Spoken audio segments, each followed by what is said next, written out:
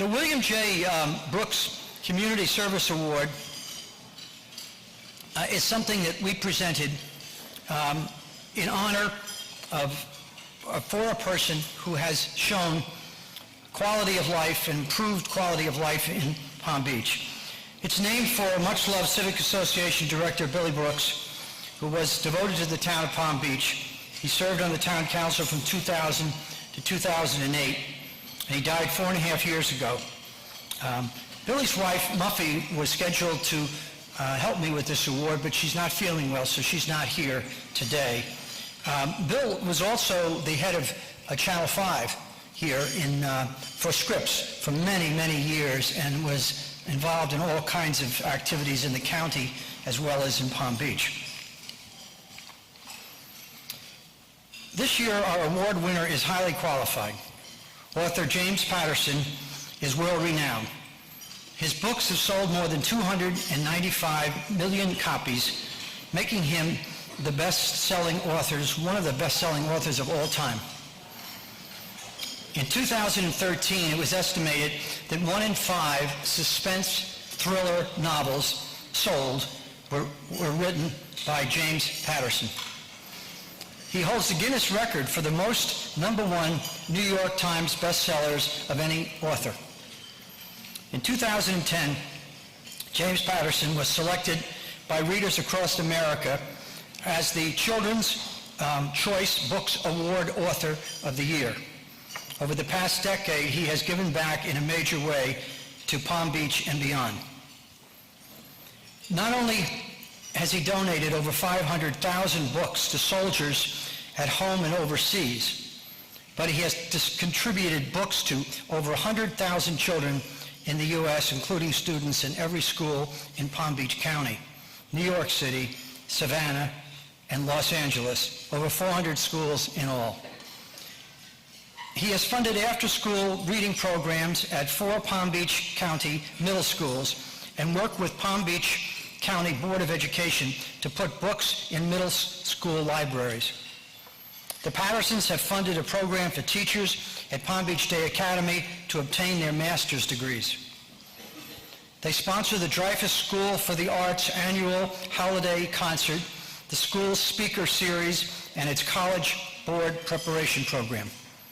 The Patterson Family Foundation awards scholarships to students at 20 different colleges and universities around the country. The James Patterson Teacher Foundation scholarships support up-and-coming teachers at colleges of education in more than 17 colleges and universities around the country. Currently, Jim is producing a documentary to raise awareness about schools in Pahokee County. He's also the vice chairman of the board of WXEL-TV, South Florida's public television station. Just recently, you might have seen the announcement in the paper over the weekend.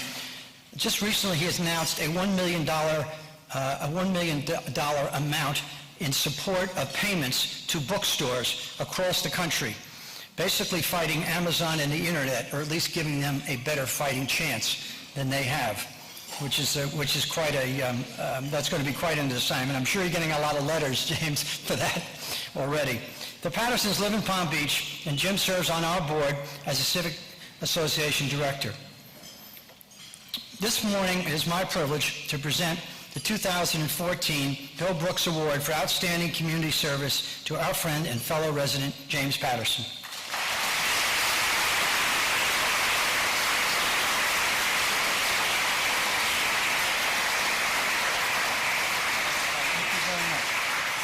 Please sit. Oh man, it's a very weird thing today. This award is weird, but this other thing is weirder. This has happened to me twice now. I'm coming into the breakers with Sue, and this person comes up to me and they said that I look much taller on my book jacket photos. This has happened twice, and what am I like? I'm like 10 inches tall on these book jacket photos, you know? I don't quite get that. Another weird, I was on Worth Avenue a few days ago, and somebody came up to me and said, "Are you James Patterson?" And reluctantly, I said that I was. And then she's going, "No, you're not. You can't be. You're not. No. You're not James Patterson." and I actually started doubting it myself. Okay. Sue and I are very touched by this. This is one of the nicest, most humbling things that's happened to us down here. And that's because this is such a generous community. There are so many people in Palm Beach and so many people here who give so much in terms of their time and financially. These days we hear a lot about the gap in income in this country, and that's real. I mean, that's a real situation, and it's not necessarily ideal. But in this city, in this town, there are so many people who do good works. So Sue and I accept this honor, but only as representatives, as stand-ins for the rest of you who do so much in Palm Beach and elsewhere. Thank you. See, she knows that she should be up here, not me, which is fair. Having said that, we can do better. Sue and I can do better. With the help of the Palm Beach County Department of Education, we will. We hope to start book clubs in every single middle school in Palm Beach County. Because book clubs work in schools, we're doing it at Pahokee Middle School and a couple other middle schools now. And what happens is, because the kids are reading the same books, they talk about the books. Kids that have never read a book this thick are reading books this thick. And the more they read, the better they get at it. It's that simple. If you read a lot, you become a decent reader. And for a lot of these kids, if they don't learn to read by the time they're out of middle school, they're lost. I mean, how are they going to go to high school if they can't read competently? It's not going to happen. So that's huge. Sue and I, as Bob mentioned, are also active with WXEL.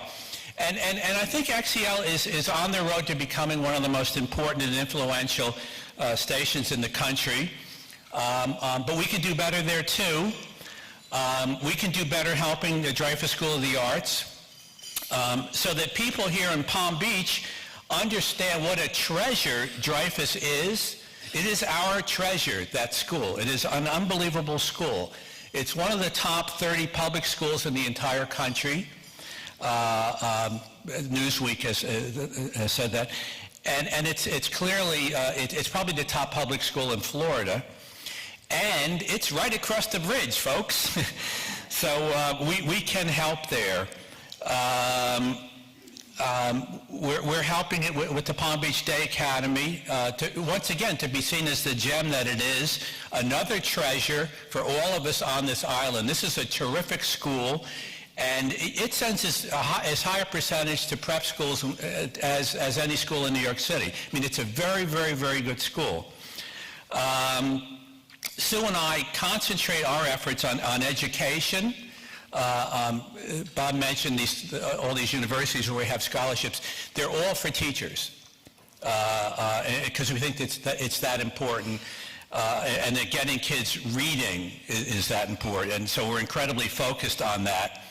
When I give a speech to a large gathering of teachers or librarians, I will start off by saying that I'm here to save lives, and I'm not exaggerating. And I try to remind these teachers and librarians, because they have tough days ahead of them, that they save lives as well. And I think, once again, there are two aspects to that. One, as I mentioned a minute ago, are these kids who, if they don't become competent readers in elementary and middle school, they're going to be lost.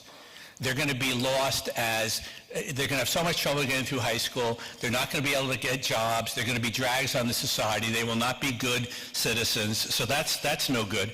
But the second area in terms of kids are more the kind of kids that grow up on our island, who are good readers. But even these kids need to read much more broadly if they're going to make the kind of impact that they should make on our world. These kids from Palm Beach need to be better, deeper thinkers.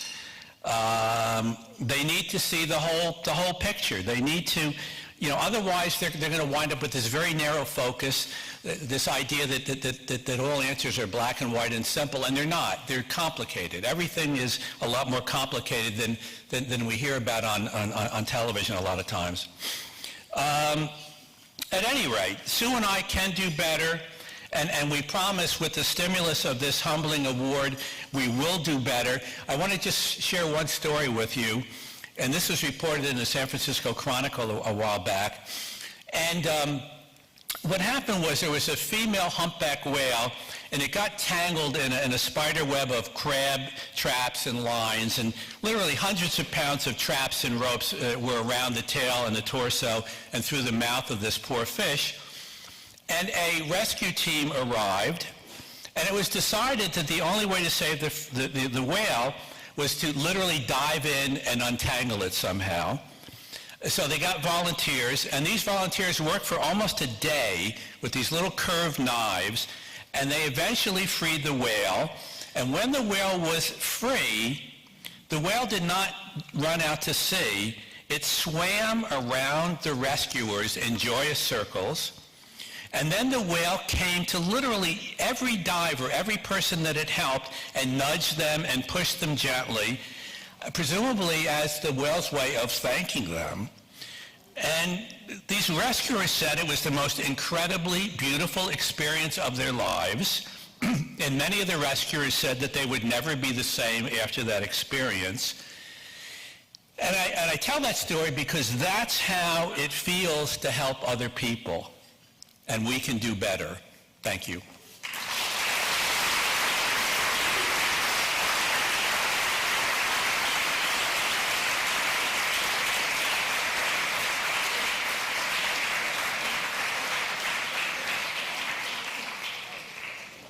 We got to give you the award here. You can't. Have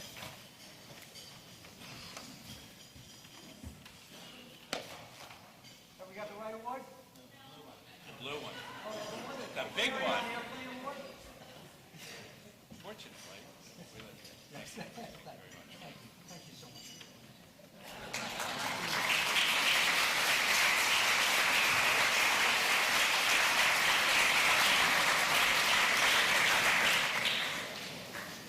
A 1,000 years ago, I used to travel to Japan and deal with people that were in heavy industry, and they also made televisions, people like Sony, and they used to have a routine that you didn't know at first, but I found out later on. If they had a uncomfortable meeting with you, they wouldn't express it directly, but they would do certain things, and one of the things they would do is we would be going on the plane, and this is when you had to walk up the ramps outside at the airport in Tokyo, and they would present you with a gift like of a huge television set. And it would be handed to you. And everybody would bow and they'd thank you. And these are on commercial airlines. And then people would be standing there with these television sets trying to get up into the plane, but don't have a ticket for the television set. And it would cause all kinds of commotion, and it was a long-standing joke among people that traveled there all the time. So we weren't trying to do that to you, Jim. I want to make sure you understand that.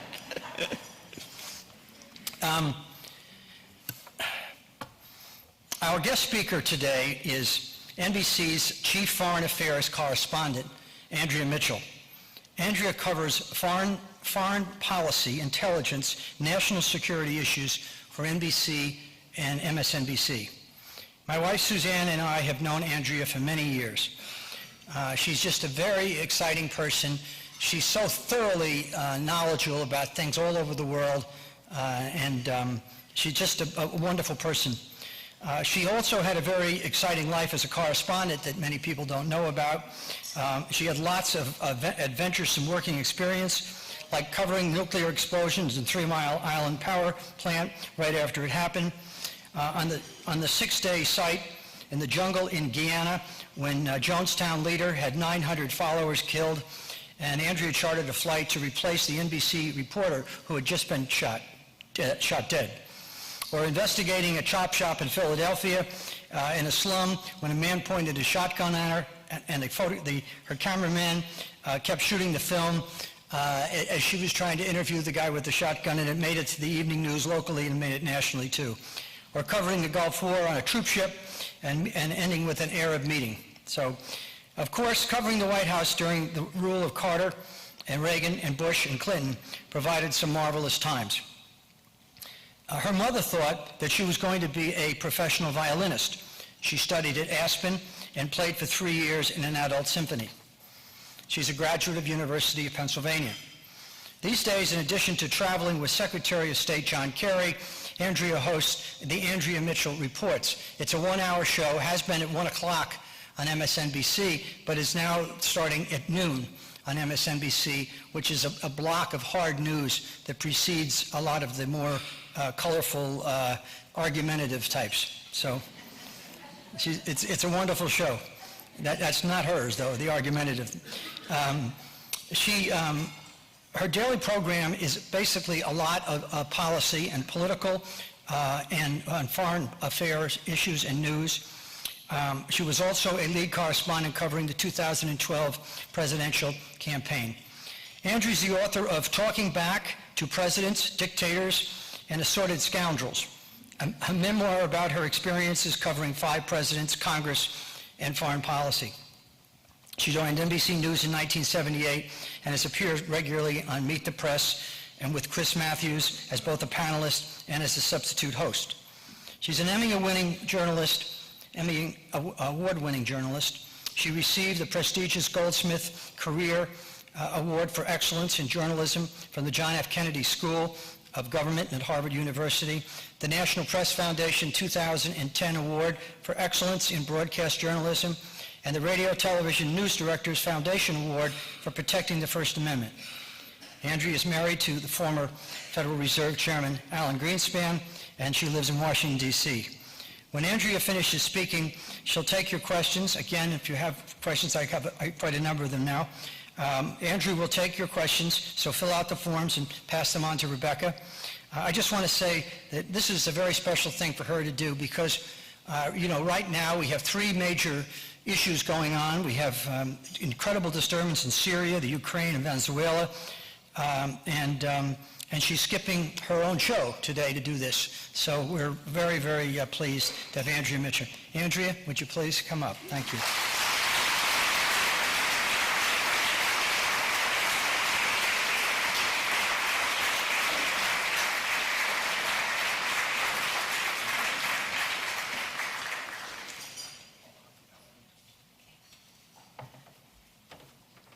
Thanks to Bob for inviting me here. Thanks to Suzanne Wright, my friend.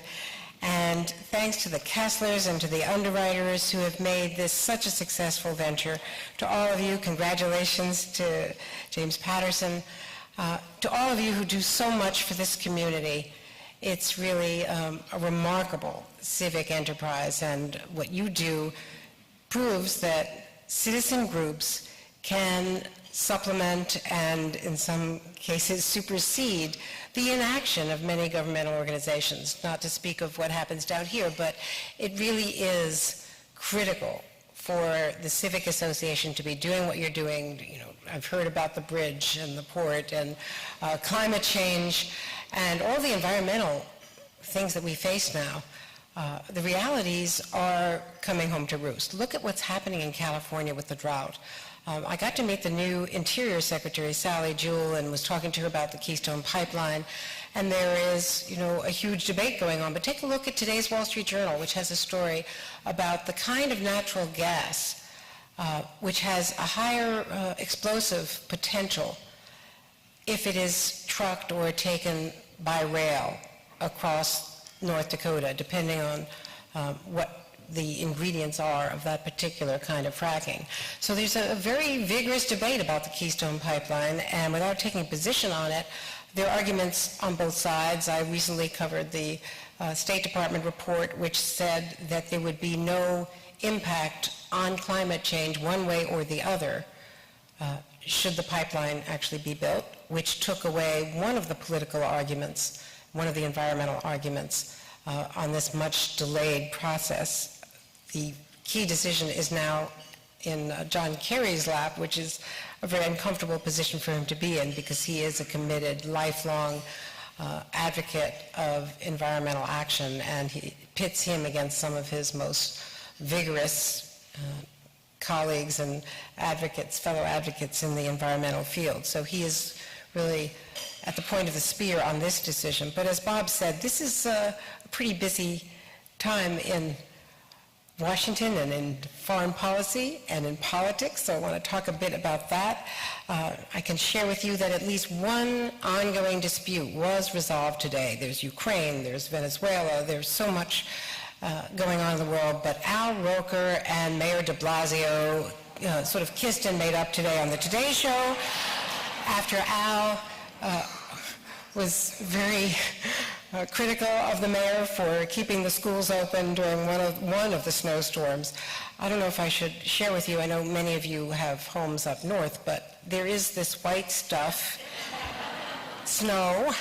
We have lived with it. We in Washington, not as much as those of our friends in Boston and the north. My dad in New Hampshire, people who have been really closed in for the whole winter. It has just been unbelievable. And what happens after a season of snow, and we're told, by the way, that the so-called polar vortex is coming back this week after we had this warm weekend in Washington, and I've had this glorious weather here.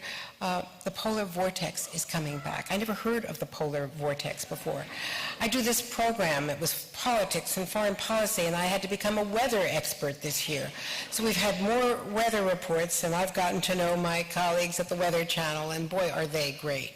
These guys, Jim Cantore and all of these guys, and very few stalwart women who are out there in all weather. And it's no longer this sort of iconic picture of the anchor man holding on to, a light pole. Remember the Dan Rather hurricane pictures from down here?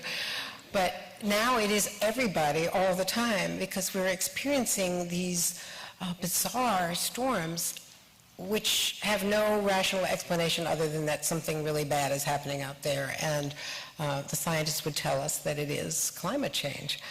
So we have to think about what we're doing to ourselves and to our kids and to the future of this planet. And I know a lot of people, the people in the labor community argue that unless China makes big steps, it doesn't matter what we do, that this is obviously global. But the counter argument is that there has to be pressure at every point to do something, because we're reaching such a stage of really dire results. I saw pictures. Sally Jewell, the Interior Secretary, showed me on her iPhone pictures she had just taken up in Alaska of these polar bears, these gorgeous creatures wandering along a lake, and there's absolutely no snow or ice. They're just wandering along a dirt path. So they have no environment. The ice cap has melted to such an extent. So these are some of the issues that we deal with. We don't even know what we're going to deal with when we come in. The joy of having an hour every day, and now it's at noon, so you can have lunch here on the East Coast, a late coffee on the West Coast. I'm putting in a plug for our show. We relaunched today at a new time slot. It just means that I'll have an hour less to prepare for the show, but I'll have an hour more to prepare for the evening newscast, for nightly news. So that's part of my job, is doing the cable show, which is my little sandbox where I can do almost anything I want. Occasionally people yell in my ear and tell me to do things that I really don't want to do, and there have been a few embarrassing incidents of late, but mostly I can do what I want to do. Wednesday, a live interview from the State Department with the Secretary of State, John Kerry, who has just returned from another trip. You know, he's been negotiating Middle East peace. He has just come back Friday night and Saturday, and has been intensively trying to find solutions on Syria. And now, of course, Ukraine has taken precedence over everything. Let me just bring you up to date of what happened today that I know of just from checking my emails. The Prime Minister in Russia, Medvedev, has issued a very worrisome warning today, saying that the transitional government that is trying to create itself in Ukraine is a military coup, which is the first indication post the more positive communications with Vladimir Putin for the last couple of days, that Russia may be taking a very negative position here. And, Russia has its navy in the Crimea. Half of the Ukraine is Russian-speaking, half is Western-oriented. The crisis was precipitated by Ukraine wanting to align itself with the European Union, and then the government saying it would, and then reneging on that commitment. The most recent reporting from my colleague Richard Engel, whose reporting from the field has been just breathtakingly courageous and powerful and compelling. Again, in this instance, Richard was under fire with the protesters in the square, and now he showed some video on the Today program today, and again will throughout the day and on Nightly News, which shows that the initial scenario, we thought, was that the police were beginning to retreat. The protesters advanced. The police then retaliated with live fire on Thursday, which led to all of those deaths and eventually led to the collapse of the government. What they now have are uniformed police, video of uniformed police actually taking command positions and going and shooting at protesters, taking radio commands and going out and taking sniper positions. So it shows a much more aggressive posture by the police. This is sort of beyond the square and then heading back into the square. So it, again, especially because these people are all now on tape, will be part of potentially future prosecutions, but it makes the situation even that much more fraught for the government leader who has now fled. We don't know exactly where he is. He originally was in a town in eastern Ukraine right near the Russian border, but Susan Rice said to David Gregory on Meet the Press yesterday that we now really do not know where he is. He supposedly, one report today was that he was hiding in a monastery near a naval post in the Crimea. That said, what we've seen is extraordinary pictures of the lavish lifestyle, and the protesters put guards around his palace so that there couldn't be looting, so that they could actually eventually prosecute. Ukraine is a crisis in progress. I think the early signs of a new government may have been initially positive, but look at what happened after the Orange Revolution in 2004. This is a country that is now a basket case. It's a country after the Orange Revolution which could not agree on how to govern, which permitted all of these successive leaders and corruption. So this is not going to be resolved very easily. Secretary Liu was flying back from a G20 finance meeting in Australia and called the Ukrainian transitional government leaders to promise aid. He then just within the last hour called Christine Lagarde at the IMF. They have pledged both bilateral and multilateral aid, trying to offset whatever Putin is going to offer. Which brings me to Vladimir Putin. Putin, now that Sochi is over, can turn his attention to Ukraine. What we now know from the reporting is that not only did he talk to Obama after Obama called him on Friday, but he talked to the Ukrainian leader and may have been involved in the decision to pull the plug on him. So Russia's posture is still unclear, except that Vladimir Putin is not going to give up influence over Ukraine. What we also saw this weekend on Saturday, the UN passed a resolution unanimously to try to get aid into Syria. And this was the first time in 3 years that Russia has permitted a resolution to get past the Security Council on Syria.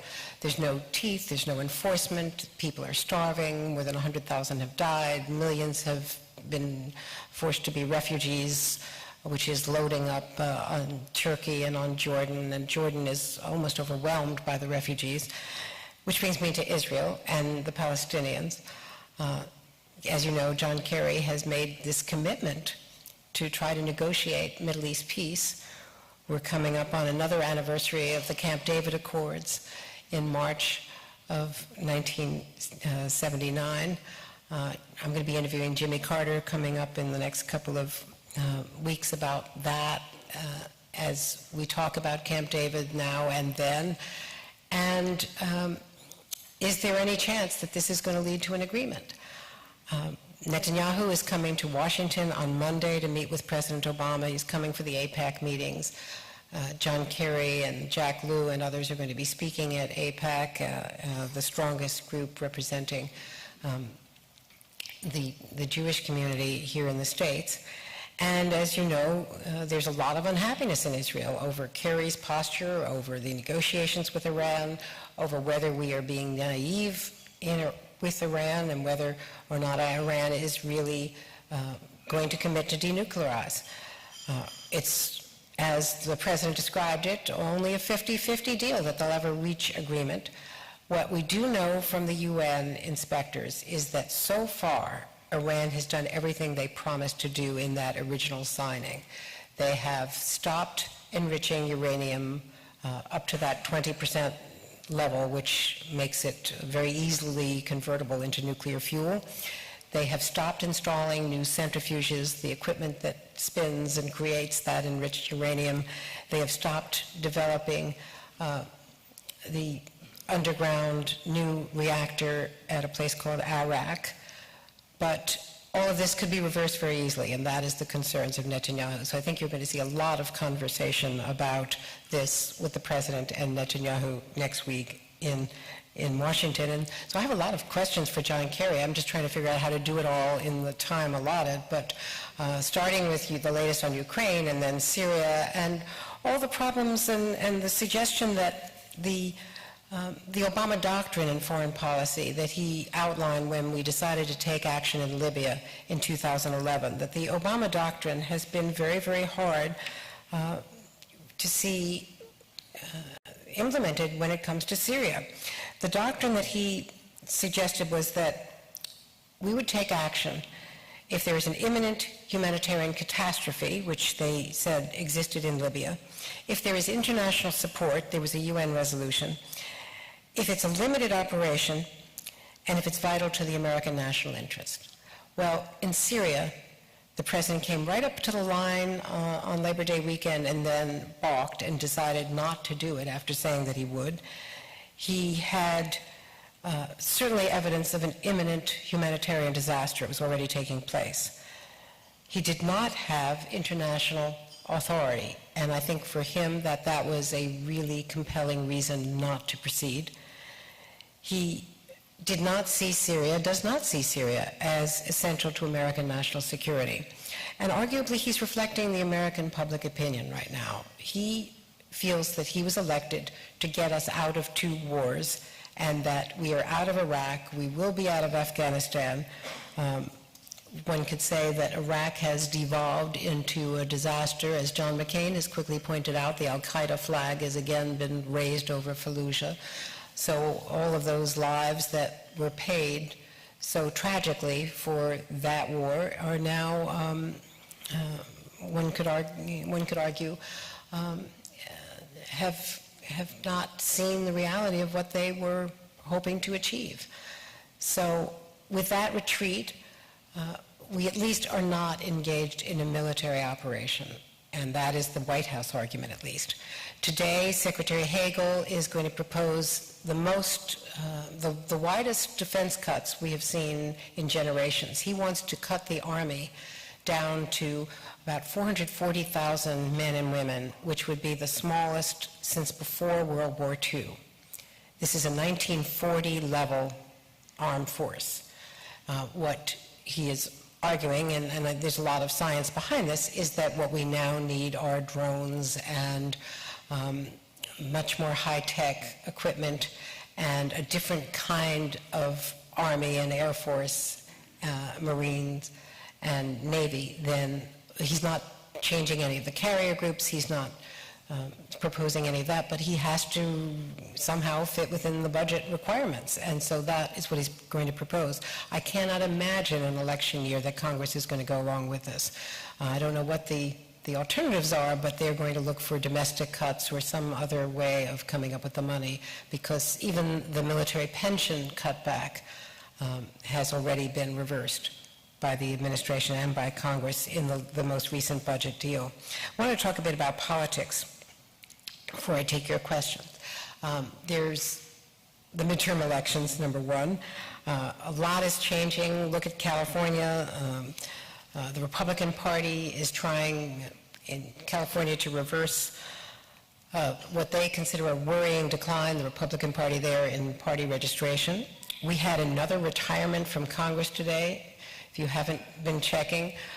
John Dingell, the longest-serving member of Congress ever in American history, has decided not to seek another term. He is 87. He is the most experienced legislator, and for those who don't know him, he is not only a fierce partisan, but he is one of the most loyal, committed members of Congress working across the aisle. I've met more Republicans in the company of John Dingell than almost any place else. He is beloved in Congress, as fierce as he was as chairman of the Commerce Committee for so many decades. But this is really a passage. There has been a Dingell in Congress since the New Deal, because he succeeded his father. So we don't know whether another Dingell is going to run. There's Debbie and there's John's son, but this is going to be quite an important, significant change. It's a safe seat, of course, in Michigan, so it's not going to turn Republican. But it's a big change, and we've already seen Henry Waxman, we've seen others, George Miller in California. So the Pelosi group of strong supporters have already announced their retirements, which tells you that the Democrats don't think that they can retake the House. That clearly is not going to happen. And now the only question is, are they going to keep the Senate? The Senate is partly going to be a question of whether or not, for instance, in Arkansas and Louisiana and North Carolina, can Democrats make a successful stand there? In the South, where you have a couple of women running, well, Mary Landry running for re-election, but Michelle Nunn in Georgia. The question is, can a Democrat win in Georgia, and does the Nunn name mean anything? She and her father don't think it does anymore, because it's been so long since Sam Nunn was in the Senate. But she's raised a lot of money. She's got a lot of support. She's been doing fundraisers around the country, and she's very, very well qualified. She's done a great amount of work in volunteerism, and she was in charge of the George Herbert Walker Bush Points of Light program. So she's a significant player. In Michigan, what's going to happen to Detroit with the bankruptcy protection? What about the fight for Medicaid expansion around the country? The voting rights issue. In 2013, 8 states passed 11 voter ID bills, mostly moving towards stricter requirements. Online registration that was introduced in 17 states became law in Illinois, Virginia, and West Virginia. So there are going to be battles over voting rights around the country. What about marijuana? Colorado, over the objections of John Hickenlooper, the governor, of course legalized, as has Washington. This is going to be a big test. And now what some of the governors fear is, Martin O'Malley was warning about this, and some of the others on some of the talk shows yesterday, marijuana is going to become a tax bonanza for Colorado. And Hickenlooper, the governor, says that's the worst reason to legislate on marijuana. Legislate on marijuana if you believe in it and if it's the right policy, but don't do it because it's going to get you out of, state bankruptcies.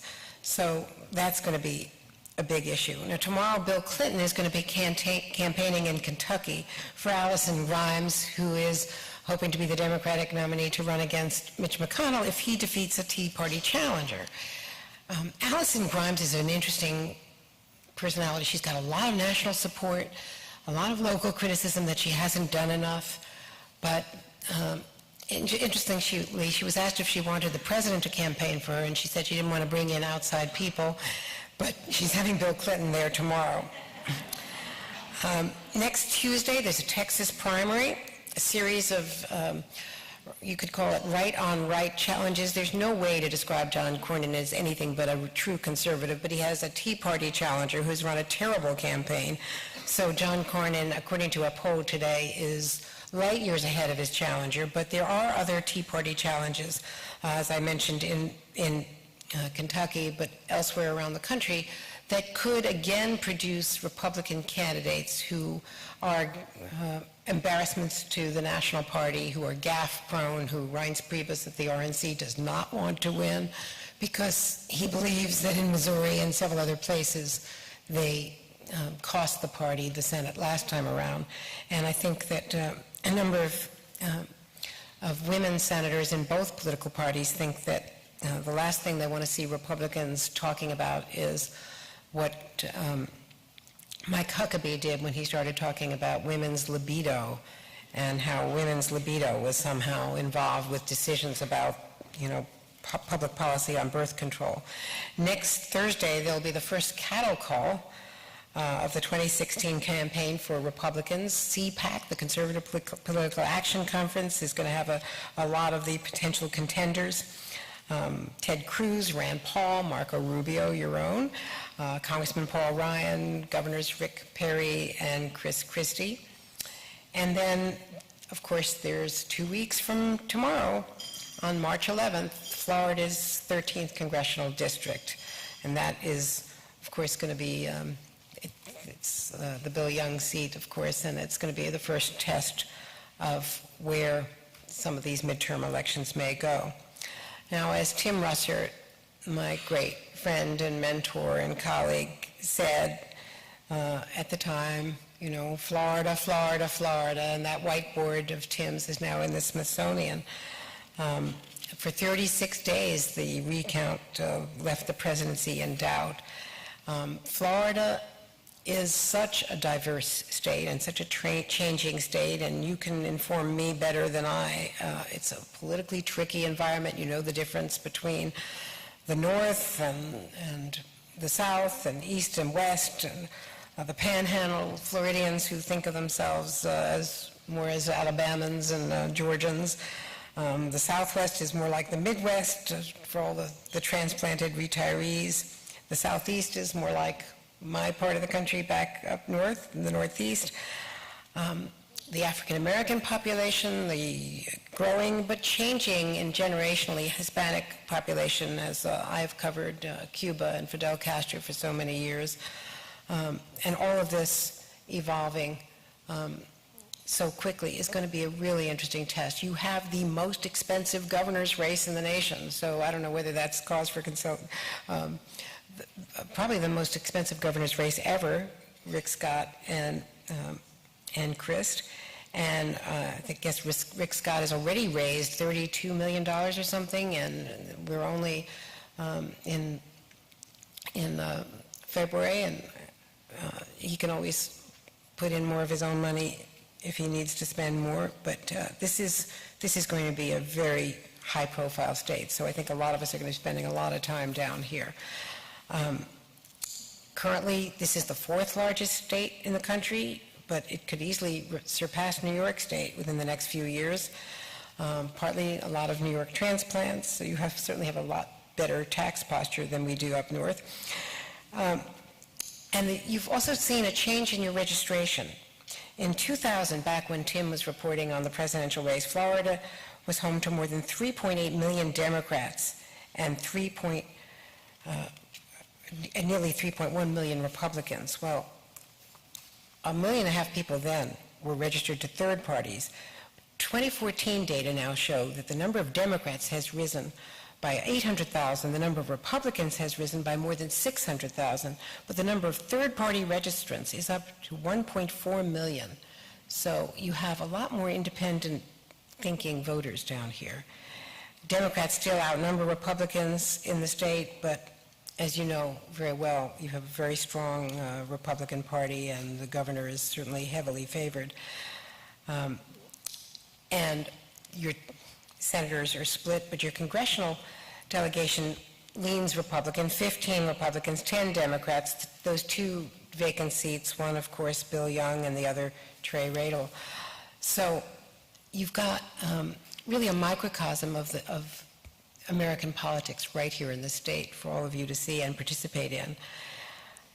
And there's going to be so many of these races, the Senate races around the country, that have been less covered than perhaps they should have been, but the season is just getting off to a very big start, and I think that you're going to see the Republicans trying to hammer away at Obamacare, at the health care program, Democrats trying to hammer away at the minimum wage and the income inequality, and foreign policy, everyone thinks, will take a back seat.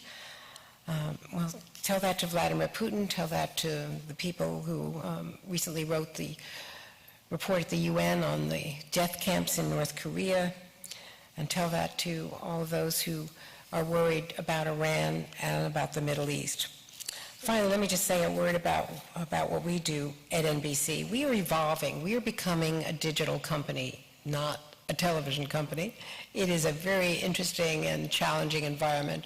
We are trying to reach out to people who are younger, who are not watching television morning or night, who are using mobile devices, and we're experimenting and trying to figure out how are younger people getting the news. And I think of the young people that Mr. Patterson spoke of. How are people going to be engaged in their world if they don't know what is happening in their world? If they're only checking TMZ and, sort of other sites that tell them about the latest, celebrity news, but not about what's really happening in their country and in their education system, in the environment, and also overseas. We've seen what's happening in Venezuela. Just this weekend, the dramatic capture of the Mexican drug lord, which is potentially going to set off turf wars for his, for his territory, as well as price increases for drugs if there are shortages. Supply and demand. So there can be all sorts of ripple effects of that. There's going to be an extradition fight where the U.S. believes that he cannot be kept safely in a Mexican prison because he escaped before. So we have a lot of legal ramifications of that. Venezuela, as I say, is only just beginning. And we, as a country, have paid far too little attention to what's happening in Central and South America. And of course, you know about all the criticism that we have not paid enough attention to Asia and to the growing dispute between Japan and China, not only over the air defense zone, but also a lot of anger at Japan over the Prime Minister's visit to the war shrine and the new militarism being expressed in Japan's constitutional reforms and in its budget. So there's certainly enough for me to be covering. And one of the reasons why it's been a treat to be here with you today is to get away from all of that for at least one day. But just to say, I just got an email asking if I could come in for the 6 a.m. Morning Joe tomorrow morning. And I was just trying to calculate at my seat, when will I get home tonight? And to get in and be on camera at 6 a.m., I have to get up at 4:30. And I don't know about any of you ladies, but I don't really like to get up at 4:30 in the morning and have to worry about hair and getting all dressed up.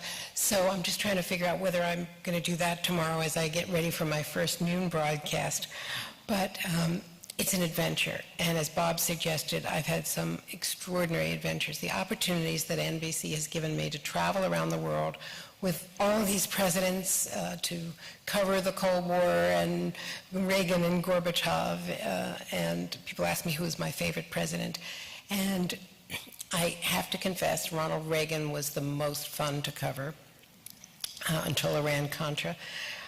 But he just was such a character and such genuinely, underneath it all, I'm not talking about politics or ideologies, I'm just talking about people. He was just such a nice person.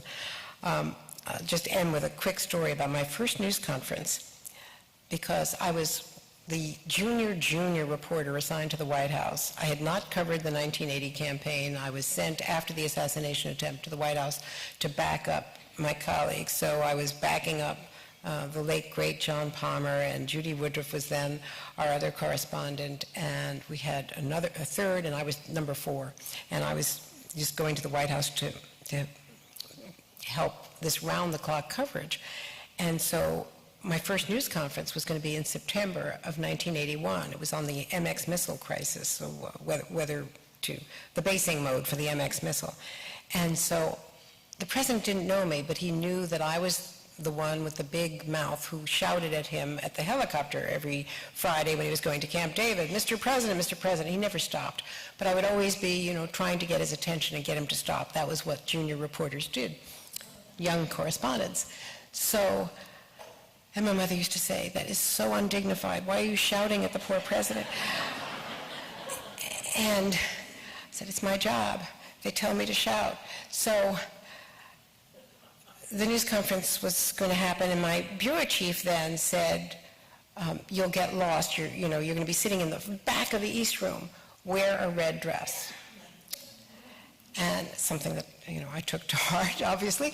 And so he said, you'll be, there weren't that many women. There was Helen Thomas and Judy and Leslie Stahl from CBS then in the front row. But other than that, sitting in the back row up against the camera crews, he said, wear a red dress, maybe he'll see you. So he didn't really know me except that I was this voice. So I didn't know this at the time, but he would sit down with Mike Deaver and he had a chart with everybody's pictures and the seating chart so that he could very glibly call on people, and he had this chart in front of him, and so he was going through the picture book, and he said, I want to call on this one, and Deaver said, no, you don't.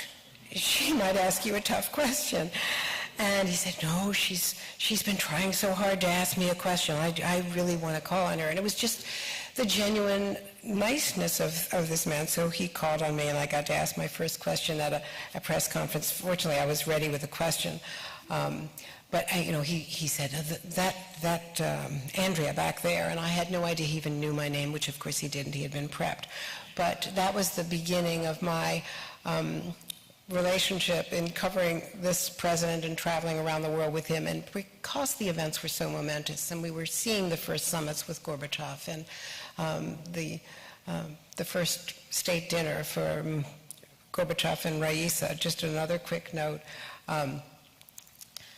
Nancy Reagan could not stand Raisa Gorbachev. There is no question. Raisa Gorbachev was a professor of communist ideology at Moscow University. I mean, just imagine the two of them. So, but Nancy Reagan knew how to run a state dinner. So she had Van Cliburn playing Tchaikovsky, which was a big deal for the Moscow visitors. And then and I was covering this, and she then had Cliburn play Moscow Nights, which is a folk song. Mikhail Gorbachev started tearing up, and he and Raisa started singing and swaying to this familiar tune.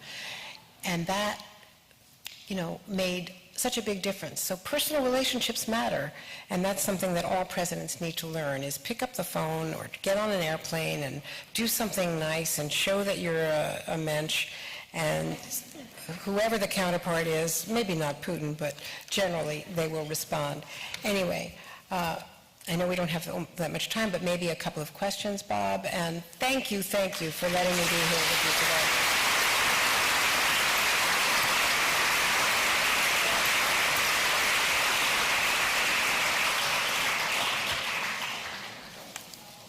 I tried to sort through these here.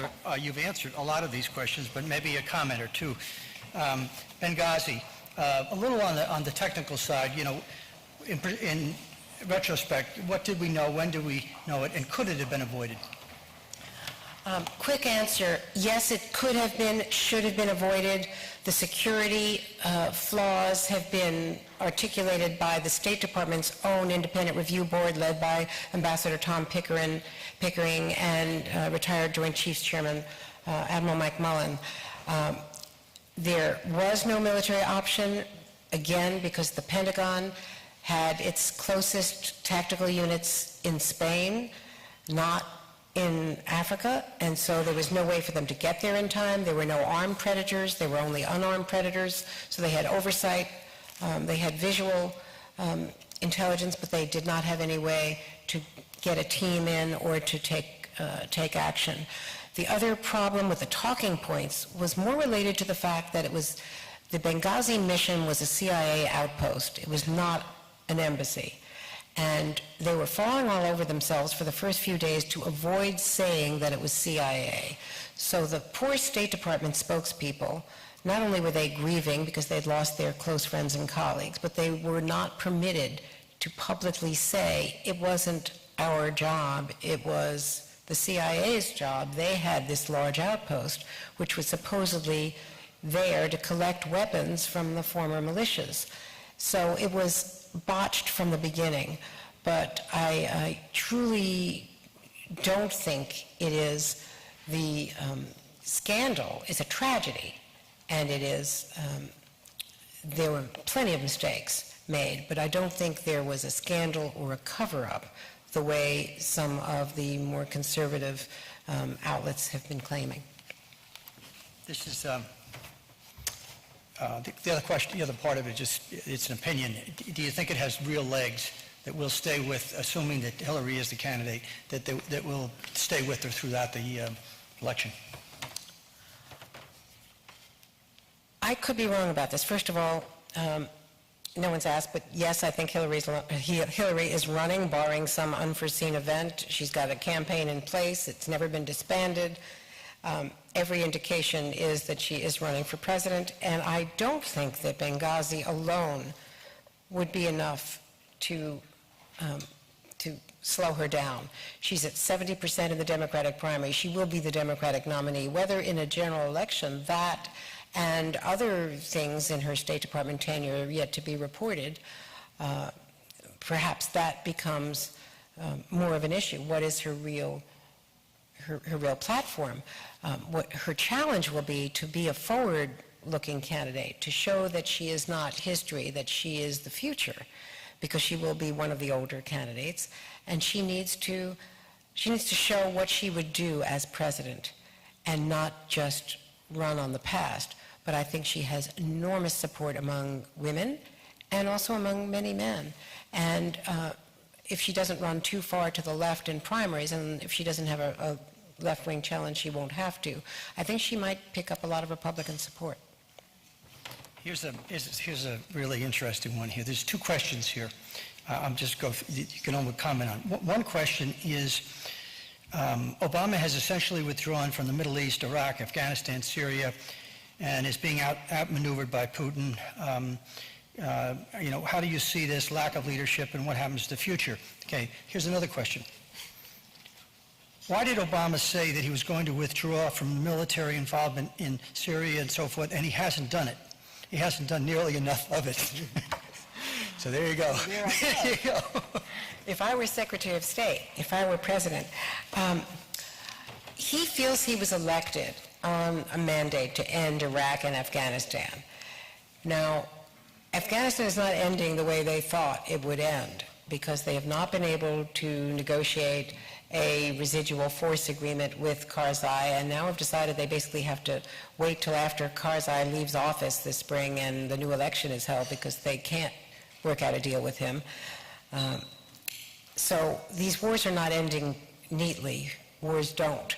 But he really believes that the United States does not want him to be engaged in these wars. The Syria question is much more complex, I think, because that was on his watch. It started 3 years ago. The death toll has been horrendous. There is enormous pressure from Persian Gulf states and allies to do something to arm the rebels. The intelligence chiefs from Saudi Arabia and from Abu Dhabi were all in Washington last week for meetings with Susan Rice on how to arm the rebels. But only today we see that an al-Qaeda mediator who was in Syria trying to resolve disputes between 2 or 3 or more factions of rebels was assassinated in a suicide bombing. And the rebels fired their commander last week. So the president would say to his national security team, if we were all sitting in that room, which rebels are we going to arm, and which ones of them do we want to give those shoulder-fired missiles who will then be using them against us and our allies down the road? Now, the countervailing opinion is the head of the National Intelligence Director, Jim Clapper, testified 2 weeks ago that the Al-Qaeda supported elements in Syria among the rebel factions are now a direct threat to Europe and to the homeland because they're exporting their fighters to Europe and then can get into the United States. So I don't know how you answer the question about what to do about Syria. John McCain would say we should have done something with airstrikes 3 years ago. We should have armed the rebels 3 years ago. John Kerry was trying to decide who were the moderates and has spent the last year just trying to find those moderate rebels. It reminds you of what happened in Iran, back in Iran-Contra. And, we didn't do the airstrikes on chemical weapons on Labor Day weekend, and that may prove to be a real turning point in the way the president is perceived overseas. There are a number of questions here about civility and whether there's anything that you think can really be done about it. I'll cover that in. There's also a question here about would you care to express your opinion on the best decision that the president has made and on the worst decision that he's made since he's been in office? Boy.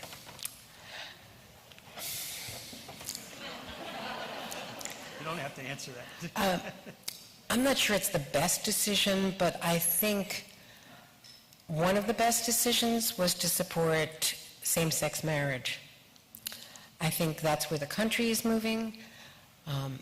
That's where the nation needs to be in terms of human rights and civil rights, and it was an inconsistent position for him in the past. He said he was evolving, but I think it was a very important civil rights decision. We're now seeing, by the way, a dispute in the gay activist community because there's a potential referendum to be placed on the ballot in Ohio. There is a Quinnipiac poll today that shows that 51% of Ohioans support same-sex marriage, or support, I should say, reversing the ban on same-sex marriage. The national gay rights groups do not want to have that referendum to try to overturn the ban this November because they don't think they'd win. They don't think that in a midterm election they'd get enough people out. So they're having their own tactical problems. But I think that that was a major decision for the president to be consistent. I think one of his worst decisions was not vigorously supporting Simpson Bowles. I think it was our last decent chance to get something done on the budget. You touched on this next question already, but it's an interesting angle.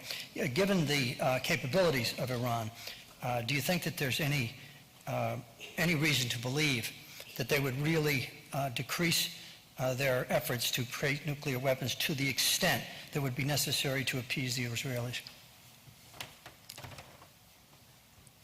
It's an existential threat for Israel. I get that. I'm sure many people here have visited Israel. You know the scale of the threat.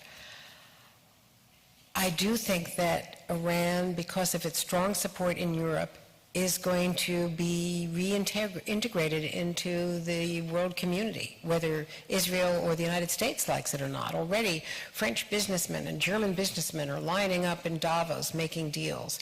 So the sanctions, I don't think we're going to be sustainable. And the best chance we have right now is to see what's out there. The best sense that I have, I met President Rouhani when he was here for the UN meetings, is that he's got a very short window. He's got 6 months maybe before the hardliners move in for the kill and shut this down. So if we can explore what might be possible, I don't think that they can break out with the UN monitors everywhere. Yes, they've cheated in the past, but that's when we didn't have eyes on them. And so I think for this period, this is a safe and, in fact, an intelligent alternative. The problem will be if we don't negotiate a verifiable agreement within the 6-month framework, and then there's pressure politically here to keep it going, and pressure obviously from Europe and from around the world to keep it going. And then Israel will begin to feel, well, we have a very small window to shut this down ourselves militarily. Israel has some problems doing it without our help, and they have certainly been told in no uncertain terms that we're not going to give them the refueling that they would need. But I would never challenge Israel's options militarily. They've proved time and time again, most recently when they took out that Korean reactor in Syria, that they can do a lot of things with very, very little notice. There were a number of questions about Ukraine. You addressed it in your remarks, and I don't know that you can do it any better than that, but basically they say, is it likely that Putin will intervene in a military way? Is it realistic to think that that could happen? I wouldn't completely rule it out. This could be another Georgia, because if he feels threatened, that's why you're seeing this very careful dance where the U.S. is not saying, we're in this and the European Union is in this. Apparently, Russia's finance minister was part of the conversations with the EU. There was a Russian representative with the Polish and French and German foreign ministers who were there at the meetings for the short-term deal that then was basically made moot by the rapid departure in the parliamentary vote to get rid of the president. I would not rule out that Russia would take some military action. He already has his naval assets there. The real fear would be that this becomes another Yugoslavia and that the country breaks up. And I think it is just critically important that we work with Russia. Up until this happened, the U.S. was thinking about trying to come up with another bilateral meeting between Obama and Putin, because remember, the president canceled his meeting with Putin last summer. They only met at the G20. So there is going to be a G8 meeting in Russia in Sochi this summer, and there's a possibility of a U.S.-Moscow one-on-one summit, but it will all depend on what happens in Ukraine between now and then. Last question. It's part of two, but it's a good one. Would you care to comment on who was your most interesting female interview? And then the last question is, what advice would you give a young woman starting out in your profession today? Those are great questions. I would have to say it's a tie between Hillary Clinton and Margaret Thatcher. Do you see a similarity there? Margaret Thatcher was just tough as nails. I got to know her pretty well, and then got to know her through my husband, who was very close to her as well. So that was a privilege. She was extraordinary, and the relationship between Thatcher and Reagan was just a wonder to watch as they felt besieged by Mitterrand and Trudeau and the other, social Democrats in various countries who surrounded them. They were the two cold warriors standing alone for a while. And it was just fascinating. And she was so tough. I remember when she once said to Leslie Stahl on Face the Nation, when Leslie was questioning her about so-called Star Wars, which was a pejorative term, strategic defense initiative, and remember how that was derided, but it actually did influence the end of the Cold War in terms of the Russian calculation and their defense spending. And so Leslie was pressing ahead with her interview live on CBS, and Maggie Thatcher said, "Don't be so negative. Why are you so negative? You're always asking these negative questions." Well, that's what you faced with Maggie Thatcher live on the Today Show. I used to interview her live on Today, and it was just really tough. Hillary is tough in a different way. I mean, she's obviously charming and not as combative, but she's very well defended, very, very smart. And to understand Hillary Clinton as a candidate vis-a-vis the press, those of us who started covering her in 1991 and covered her all through the 92 campaign and that horrible, introduction to the presidential candidate's life with what happened in New Hampshire, the draft, the whole Jennifer Flowers thing. I mean, that was just really putting her through the worst possible initiation. And so she viewed the press, and if you read some of the recent documents from Diane Blair, and I don't refer to the ones that were so celebrated, but the diary recollections about Hillary's views during Whitewater and Travelgate, Vince Foster's death, her own father's death. Bill Clinton's mother died, a woman I knew and liked very, very much, Bill Clinton's mom. they went through the worst couple of years in the first few years in the White House, and she became very toughened and battle-weary. And you see that reflected in that diary. So it's hard to interview her. She's a completely different person socially and on the plane and off the record, but she's fascinating. She's an endlessly fascinating character. And just one recollection, 1995, we're leaving Beijing. On the way into Beijing to the women's conference, she was the first lady. It's an all-woman press corps. And we were warned how to detect the hidden cameras in our hotel rooms and bathrooms by the Secret Service, to fog up the bathroom, and you'll see where it doesn't fog over on the mirror. That's where the camera aperture is, and to put a paper or a towel over that. So we were all given the Secret Service briefing on the plane with the First Lady, because we were going to the Beijing Women's Conference, and then Hillary declares memorably, famously, women's rights are human rights, and human rights are women's rights. And it was a clarion call, and the Chinese hated it. And so we were under pressure. We then went to the next session in a monsoon-like rain, and the police moved in and tried to stop our delegation, because the press were mixed in with the delegation for security reasons. They tried to prevent us from getting in. It was very, very bad police operation. So we got to the plane to fly to, of all places, Mongolia. And I have a picture of Hillary and me and Milan Verveer and all of us cheering as we left Chinese airspace, because we had been so beleaguered, and we were so thrilled to get to Mongolia, which is actually a very interesting place. But it just, she is a lot of you know her. She's a completely different person when she's not on guard. She is brilliant. She is indefatigable. And it's tough to cover her, because she's been through so much that there is sort of a carapace about that, that she is not easy to interview. But I think I'm going to have a lot more opportunities going forward. And thank you again.